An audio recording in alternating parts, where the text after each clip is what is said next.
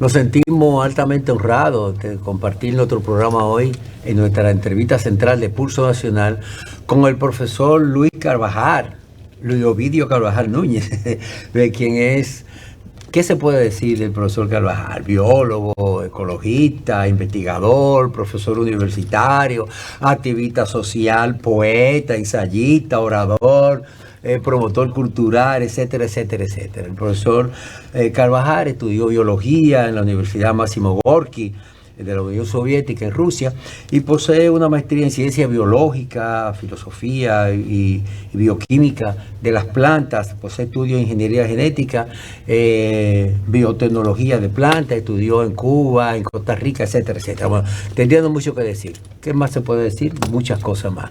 Me gustaría preguntar al profesor Carvajal, ¿cómo evalúa el proceso medioambiental en la República Dominicana y los desafíos que impone el cambio climático?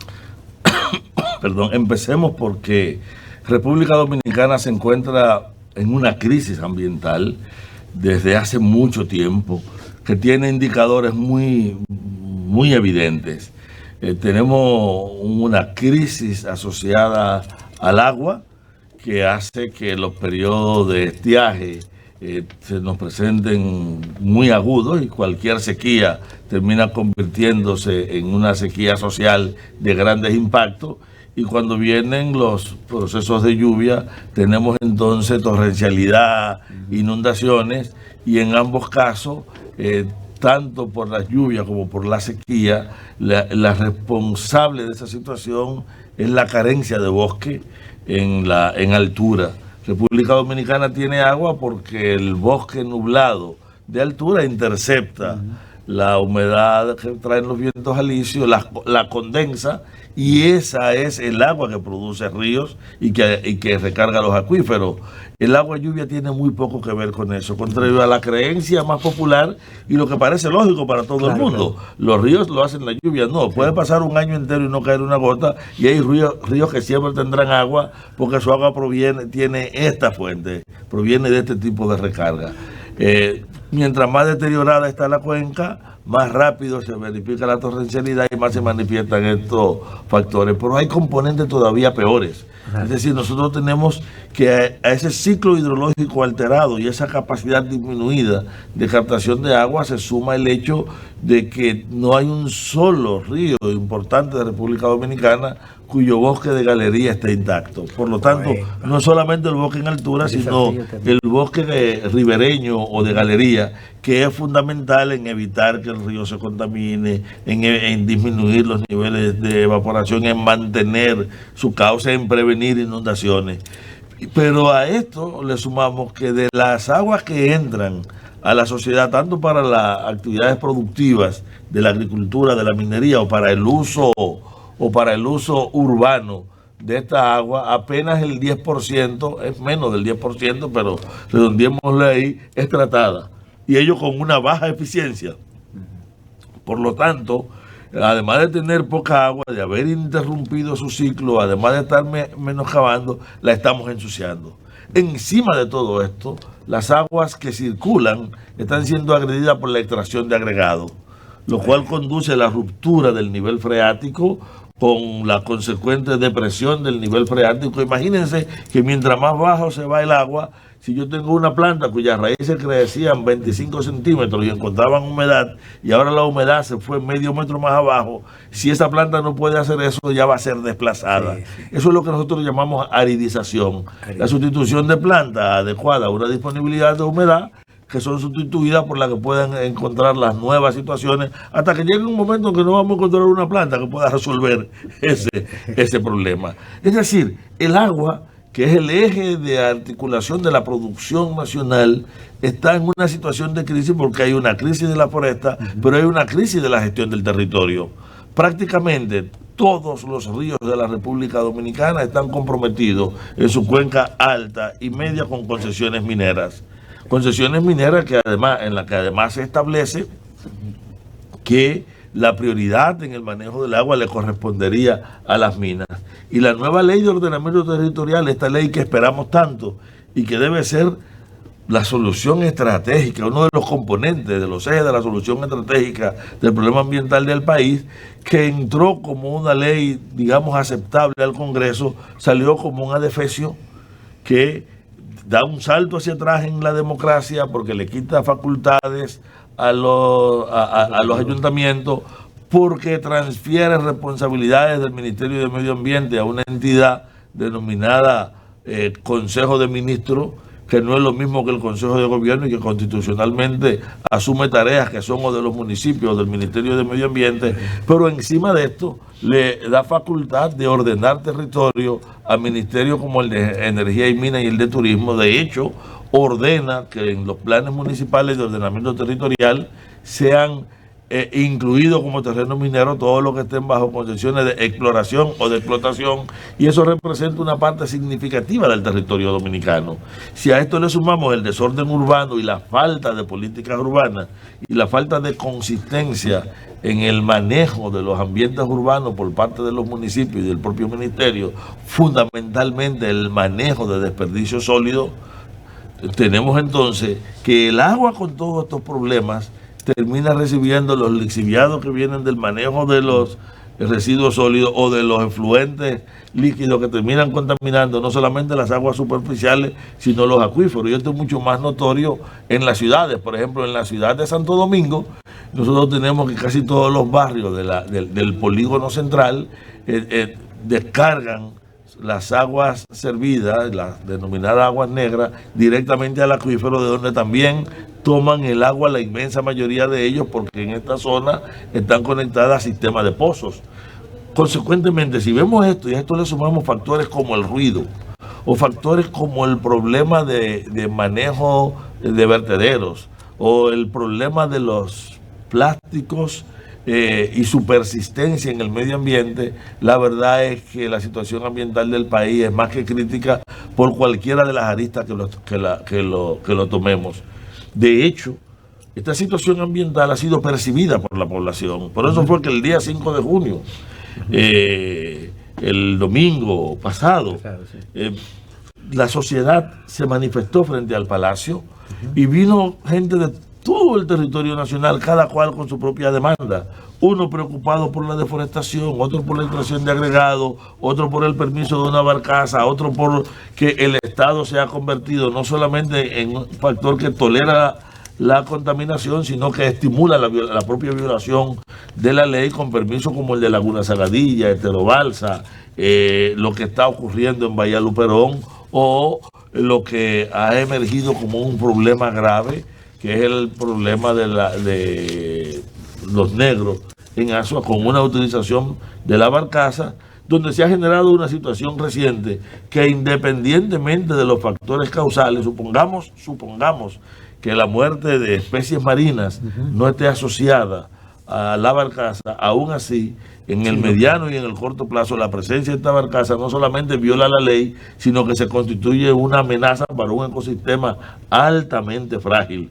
Y no debería estar donde está si la ley, si República Dominicana respetara la ley. Luis, si bien es cierto que hay una crisis medioambiental en la República Dominicana, es cierto que se han hecho algunos pequeños esfuerzos. Sin embargo, tenemos problemas como el caso de las presas,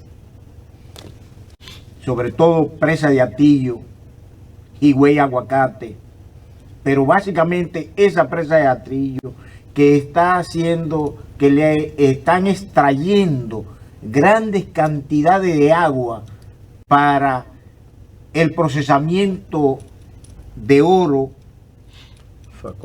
de Barry. Ahí mismo tenemos el problema de que ya tanto Medio Ambiente por un lado como el Ministerio de Minería por el otro autorizan a Barry construir la presa de cola esa. que realmente esas presas han afectado todos los afluentes de esa zona, Río Maguaca, Mejita, Margajita, etcétera. Y ya con esa otra presa probablemente también se vaya a Chacuey, el río Chacuey. Todo que desembocan en el río Yuna.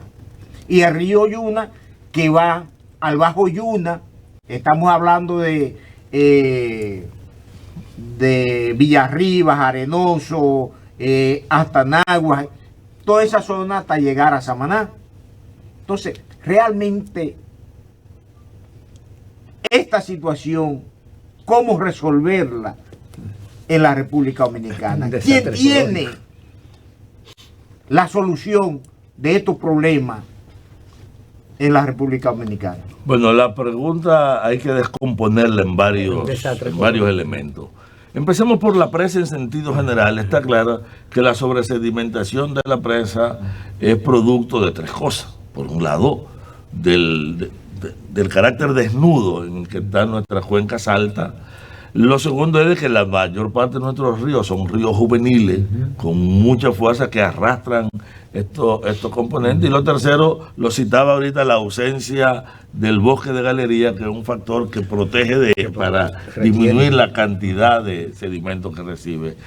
Cuando los sedimentos son componentes granulares, son arenas, para usar la palabra que usa la gente, cuando es arena, ellos constituyen una riqueza incluso importante que el Estado puede manejar, puede comercializar para sostener las propias políticas públicas de mantenimiento de los ríos, y nosotros creemos que somos partidarios de que una de las fuentes de extracción de agregados deben ser las colas de las presas, sobre todo de las presas más sedimentada con este tipo de material. Tenemos presas como la de Rincón, que sin embargo el sedimento que arrastra componentes de arena también arrastra muchos componentes arcillosos, y digamos que mientras una es una arena muy limpia, la otra es una arena muy sucia que merece ser lavada y procesada. Pero hay que abordar las presas en sentido general. El otro problema de la presa es que como no hay un tratamiento de las aguas servidas en ningún sitio, todos los desperdicios que arrastran los ríos terminan llevándolo hacia la presa y se constituyen en un problema más, el problema de que las presas no producen agua, las presas almacenan el agua que generan los ecosistemas.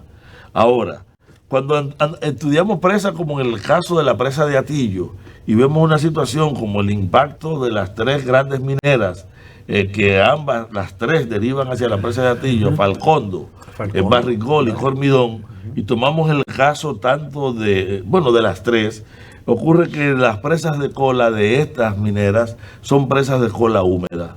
Lo que ha planteado el movimiento ambiental desde hace mucho es que el país debe prohibir, por la fragilidad de ser una isla, por los impactos que pueden implicar, los riesgos que generan las presas de cola húmeda, debe prohibirla y pasar a presas de cola seca, que la tecnología lo permite perfectamente, salen un poco más costosos, pero le dan la tranquilidad a la sociedad dominicana de que los riesgos de un accidente se disminuyen al máximo.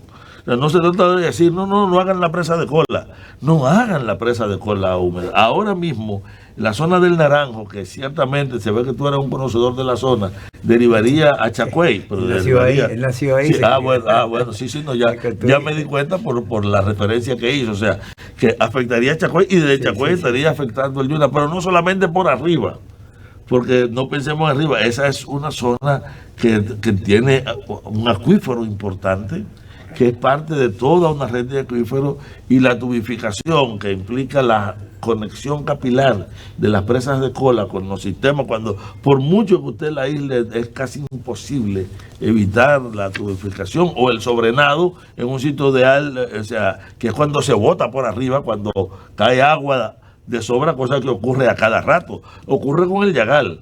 Cada vez, en estos mismos días, hace apenas 2 días, el Yagal estaba vertiendo por arriba. Y eso, señores, en cualquier lugar del mundo, cuando una presa de cola vierte por arriba, y genera una alarma ambiental terrible. Un desastre. Contaminando todo. Sí. Bueno. Entonces, está claro que el problema de las presas es un problema complejo, pero hay uno que él no tocó y que yo quiero traer. El país necesita almacenar agua y distribuir agua. Necesitamos presas.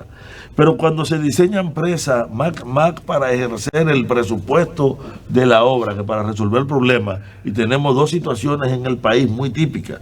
La de Boca de los Ríos, con el río Guayubín y Yaguajay, en Santiago Rodríguez, que no va a generar acueducto, no va a producir agua para acueducto, no va a dar agua para riego, no va a controlar inundaciones, no va a generar energía. Entonces, ¿para qué la estamos haciendo?